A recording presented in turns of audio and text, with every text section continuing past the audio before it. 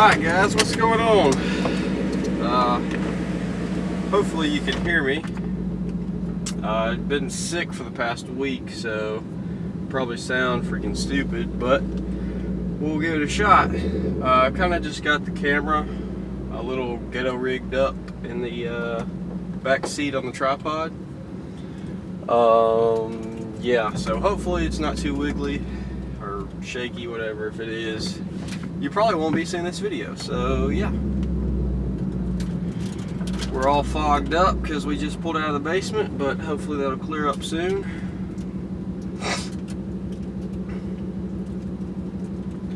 Gotta take our lovely driveway that always gets my car dirty.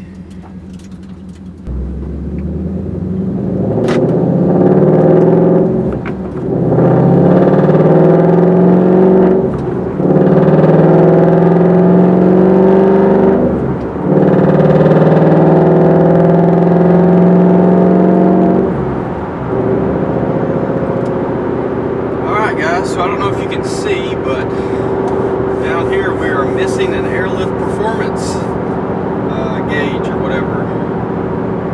So I took the bags off. I've already sold them. The other guys, he's installing them right now.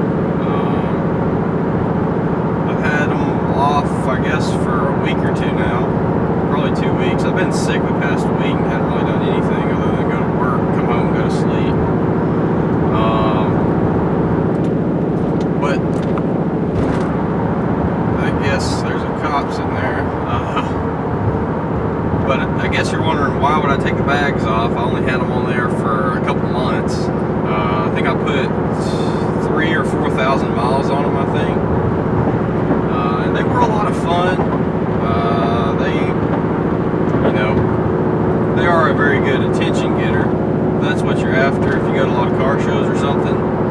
They're 100% probably the biggest thing you could do to, attract attention to your car, make it stand out from people, because maybe in other places, I know like in Atlanta and stuff like that, they've got a lot more of it, but like around here where I live in Alabama, there's really, I've never seen a bag Mustang, so you are very unique if you have it. There's a lot of people that didn't like it, and there was a lot of people that did like it. It was just, how people felt about it. It pretty much made everybody question it, because, they walk up and didn't have a clue how it was sitting on the ground. And, some of them liked it that low, and then some of them didn't understand that it was on bags. They just thought, well, this guy's got his Mustang sitting this low static somehow. Of course, you could never be that low static. There is some people that are close, but you can't literally be on the ground, tires tucked like that on a Mustang and be static. So it was fun. I'm not a big car show guy. I've been to several since I've had the car, and pretty much the only thing that even gets looked at around here is just old cars.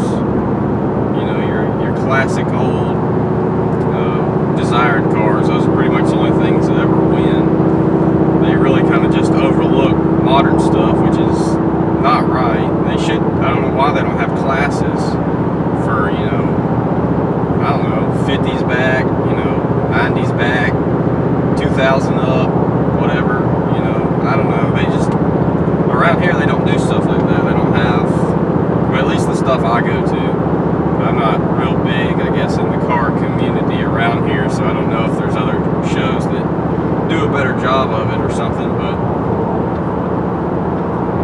so I just didn't really care to go to them, paid ones anyways, because it gets kind of old paying, $20 to go up there, and the judges just kind of glance over your car real quick, not even really give it the time of day. So I really quit going to stuff like that. I did enjoy going and watching, like looking at other people's cars, but then again, it was really only just old stuff, and the old stuff is cool and it'll always be cool, but I'm kind of just a more modern car guy, I guess. Cruising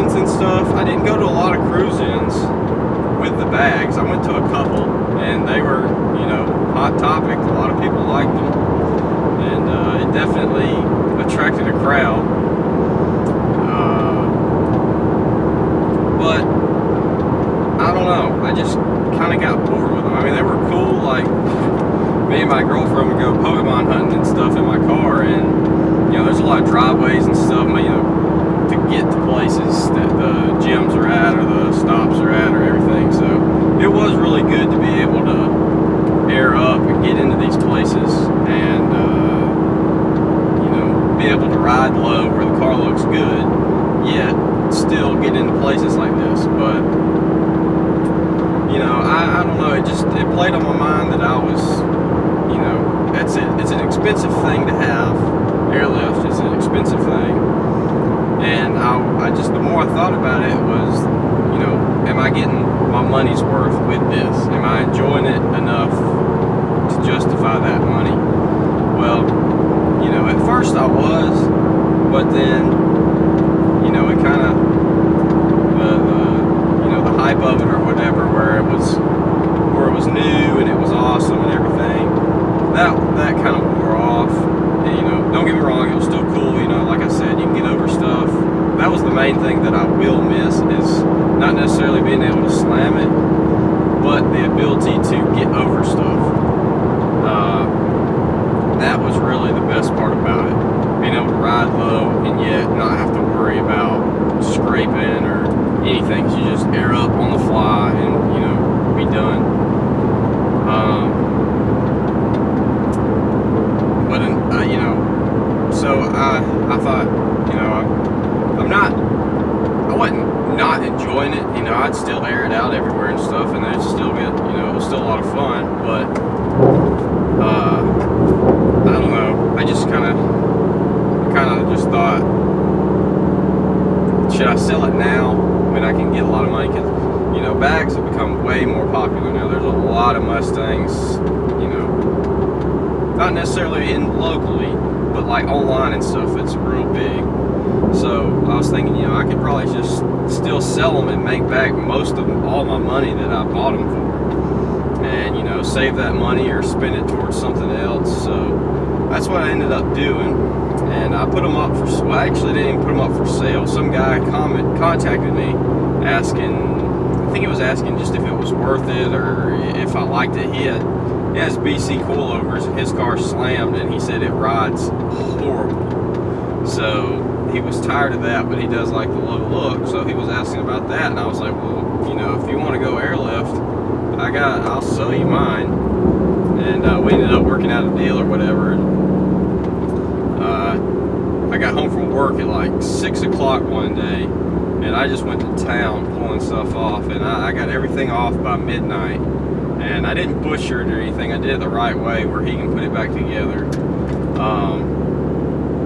But I had some Ibach Pro Kit springs on stock struts laying around, so that's what I'm on right now. And honestly, I'm actually really enjoying the car. Ooh, there's a bad car wreck. Head-on collision, 2 cars. That was rough. Anyways, so I'm really enjoying the car again right now, and no, it does not look near as good because, you know, Pro Kit springs with my 275 35/19 tires. The car's pretty tall, you know, wheel gap wise, off from the tires to the fender and to the ground, so it's pretty high. It doesn't look amazing right now, but honestly, just springs feel good to me. Like, I don't know if it's just weird, but I was worried, like, I didn't go fast with the bags on there because I could never get over that there's nothing physically holding my car up off the ground. Like, it's just air.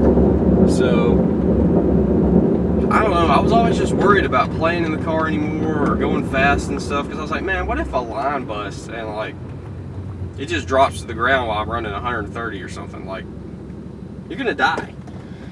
So I don't know, that just always kind of played on my mind, and I had a hard time getting over that. So that was one reason. Another reason was, this is a mandatory romp through here.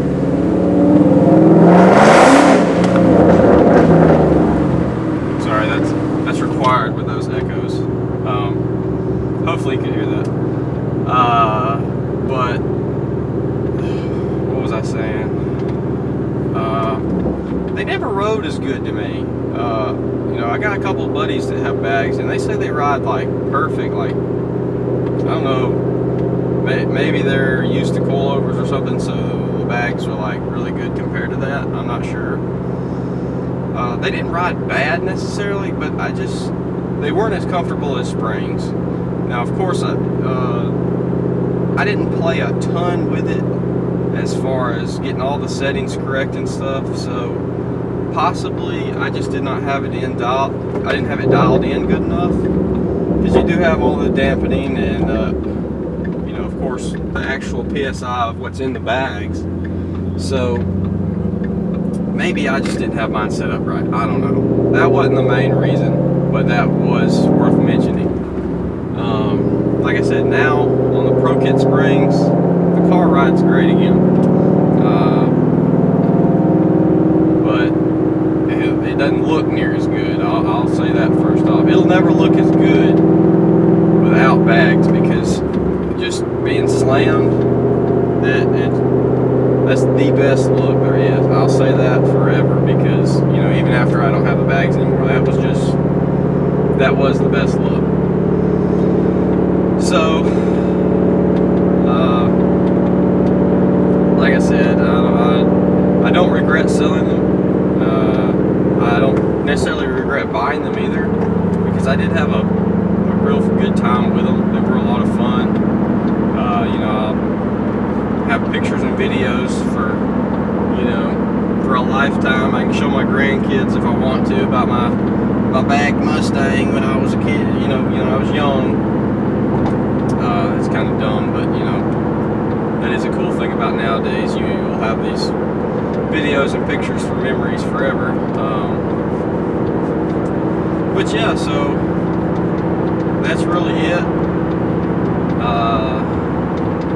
As far as the airlift goes, that's really all I had to say about it. I'm not sure what I plan to do as far as suspension goes now. I honestly, really, it seems weird, but you know, sometimes you worry about how other people view your car. I honestly could care less if someone's like, "Oh man, that thing's a mile off the ground." It really does not bother me right now. So I'm actually really just enjoying driving. So I'm not worried about how it looks, honestly, right now. So I probably will get some different springs. I had Ibach sport lines on here originally, but I actually sold those to my dad that put them on his black Mustang, if y'all remember it. But then he traded it in like less than a month after that. So yeah, he pulled a fast one. He went and did all that, and I didn't even know anything about it. I wish he'd have told me. I could have got his one-piece drive shaft. I could have swapped them springs back out. Shoot, I could have got a ton of stuff, but they gave him a good deal on his car, so he just did it that day, and it is what it is. But I might try to pick me up a used set of them. You know, I don't really know how springs could wear out necessarily unless it's a real high mileage one or something. But so I might end up doing that, but I don't know if I'll do those or I think they're called SRs, or there's another one that drops them pretty close to what the sport lines are, maybe a little bit more. Here we are back at that accident. This car is refusing to get back in its lane, even though there's plenty of room.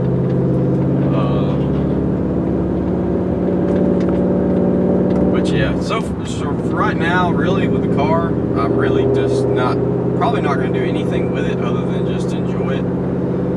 We're up to 21,846 miles.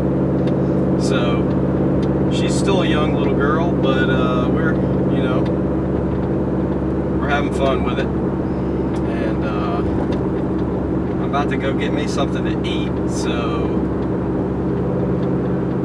I guess this is where I'll end the video. I just wanted to do a little update. Hopefully the sound and video and everything is all right on it. If not, I guess you won't ever see this. So if you are watching this, be sure to subscribe, like the video. I plan to have a good bit more videos on the Hellcat. Dad is looking into gear swap and cold air intake, maybe exhaust on it. So should be a good bit of videos on that in the future, along with hopefully more stuff for this car. So yeah, I'll see you all in the next video.